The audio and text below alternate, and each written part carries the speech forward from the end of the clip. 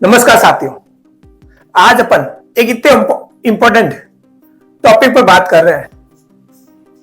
अभियुक्त की बेल खारिज करने के लिए प्रभावशाली बहस या तर्क कैसे दे।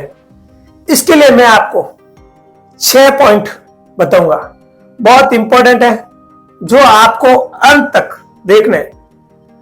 अगर आज तक आपने बेल कराने पर तो बहुत सारी बहस की होगी, जितने मेरे नए अधिवक्ता बंधु है उन लोगों को पता नहीं अभियुक्त की बहस खारिज करने के लिए आप बहस कैसे कर सकते हो। आपके लिए बिल्कुल नया टॉपिक है, आपने सुना होगा, शायद आपने अभी तक यूज किया या नहीं किया मुझे नहीं पता, पर अगर ये 6 तर्क आपने अपनी बहस में दिए तो मुलजिम की जमानत खारिज हो सकती है। सबसे पहले अपन जानते हैं अपराध की गंभीरता।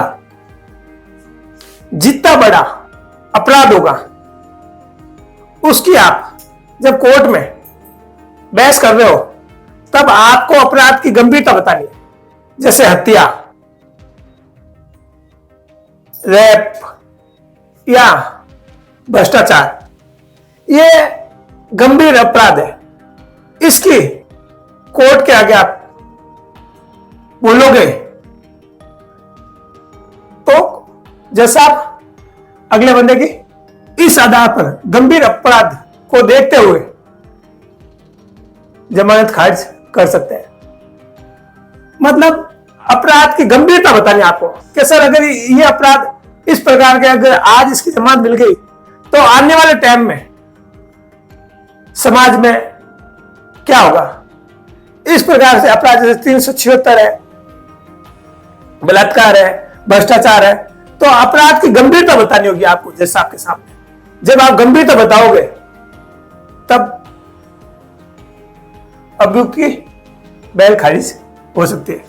फिर सबूतों से छेड़छाड़, आपको जैसा आपको कन्विंस करना है कि सर आज अगर इस अपराध जो गंभीर अपराध है इस अपराधी को छोड़ दिया, आज अगर बेल दे दी इसको तो ये बाहर निकलते ही सबूतों के साथ छेड़छाड़ करेगा, गवाहों को के साथ छेड़छाड़ कर सकता है। तो ये चीज आपको बतानी पड़ेगी। इसमें आपको हाई कोर्ट या सुप्रीम कोर्ट की जो रूलिंग होती है, जो जजमेंट होते हैं, वो आपको साथ में बताना पड़ेगा कि सो एंड सो केस में इस प्रकार से अपराधी को छोड़ा तो उसने सबूतों के साथ ये छेड़छाड़ की। जैसे मान लो भ्रष्टाचार, अगर उसकी बात बेल मिल जाती है वो अधिकारियों को धमका सकता है या जिसके साथ भ्रष्टाचार उसको धमका सकता है या वो सबूतों के साथ छेड़छाड़ कर सकता है। थर्ड, फरार होने की संभावना।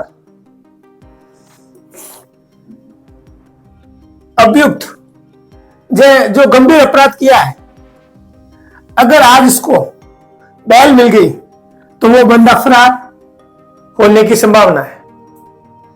पहले भी इसके ऊपर 100 मुकदमे चल रहे हैं जिसमें भी ये फरार होने की संभावना है। ये कहीं बाहर जा सकता है, फॉरेन चला जाएगा सर। ये अगर इस टाइप के आप कोई डॉक्यूमेंट आपके पास है, आप पेश कर सकते हो कि भाई ये बाहर जाने की फिराक में है, तो सर इसकी जमानत खारिज करने योग्य है। तो आपको संभावना बतानी है। इसके साथ साथ आपको जजमेंट पेश करने पड़ेंगे, चाहे वो सुप्रीम कोर्ट को या हाई कोर्ट के, वो जजमेंट पेश करने। फोर्थ, अपराध को दोहराने की संभावना। आज जो अभियुक्त है सर, वो बंदा इतने गंभीर अपराध में है, अगर आज इसकी बेल ले ली और अगर इसकी बेल खारिज नहीं की तो ये बंदा वापिस अपराध कर सकता है। पहले भी इसने अपराध किए हैं और इतने बड़े गंभीर अपराध को देखते हुए देर ये बार आकर अपराध करेगा, तो इसलिए इसकी जमानत नहीं ली जानी और इसकी जमानत खारिज की जानी चाहिए। इसके साथ भी आपको हाई कोर्ट और सुप्रीम कोर्ट की रूलिंग या जजमेंट पेश करनी चाहिए। फिर फिफ्थ, पीड़ित या गवाह को धमकाने की संभावना। आज अगर मुलजिम जमानत पर बाहर आ गया तो वो पीड़िता को धमकाएगा, गवाहों को धमकाएगा, या जो जांच चल रही है उसमें गड़बड़ कर सकता है। तो इसकी संभावना है।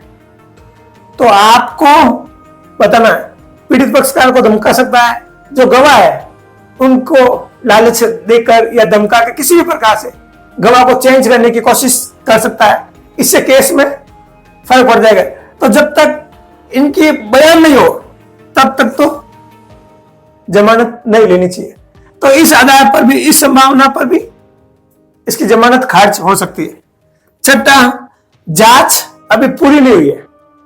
मतलब जो मुलजिम ने जो अपराध किया है अभी उसकी चार्जशीट भी कोर्ट में पेश नहीं हुई है और अभी जांच चल रही है, और जो आयोग जांच कर रहा है उसको ये अगर अपराधी बाहर आ गया, जमानत मिल गई, तो ये गवाहों को धमकाएगा, जांच अधिकारी को लालच दे सकता है, या इसमें मतलब छेड़छाड़ करवा सकता है।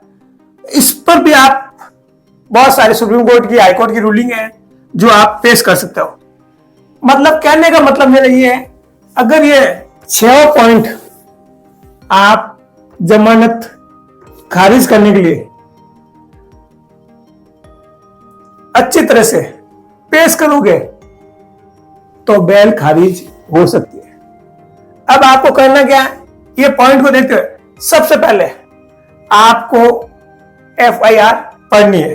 फिर अगर चार्जशीट पेश हो गई है तो चार्जशीट को पूरा आपको पढ़ना है।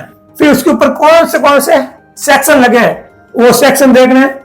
इन पॉइंट में कौन कौन से सेट होते हैं आपके, वो उस आधार पर सेट करने के बाद आपको संबंधित बेल खारिज से संबंधित judgment, high court, supreme court की जजमेंट निकालना है।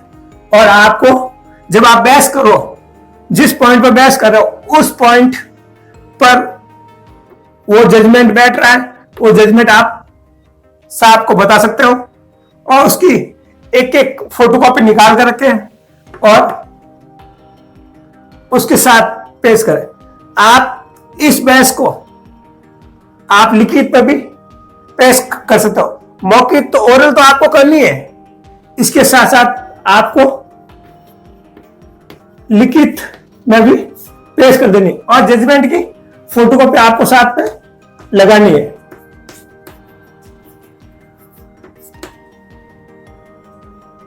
बिल्कुल सिंपल से तरीके से आपको जज साहब को कन्विंस करना है। ना तो ज्यादा आपको तेज बोलना है, ना धीमे बोलना है।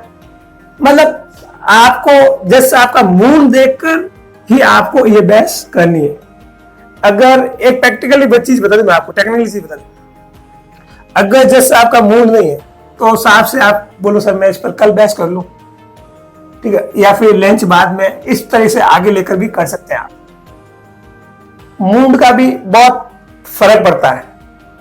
ये मैं आपको जो चीजें बता रहा हूँ ये आपका किताब में नहीं मिलेगी। ये मैं अपने प्रैक्टिकल 20 ईयर का जो मेरा अनुभव है उसके आधार पर बता रहा हूँ। या तो आप सुबह एकदम डायरेक्ट बहस करने में जाओ, थोड़ी देर देखो और जाओ, फिर देखो आगे जैसे आपका मूड कैसा है। अगर मूड सही लग रहा है तो आप अपनी बहस कर लो बेल खारिज पर। अब इसमें सेक्शन कौन सा लेंगे? पहले CPC में तो 437 और 439 लगते थे, ये आपको पता ही है। अब सेक्शन चेंज हो गए, अब BNSS हो गए, तो उसमें क्या कौन सी डालेगी? 480 और 483 सेक्शन लगेंगे। इन सेक्शनों के आधार पर आप अपनी बेल खारिज करने की बहस कर सकते हो। आई होप आज का वीडियो आपको पसंद आया है। पसंद आया तो एक लाइक कर दो और इससे रिलेवेंट आपको कोई भी सवाल है तो आप मुझे कमेंट में लिखें।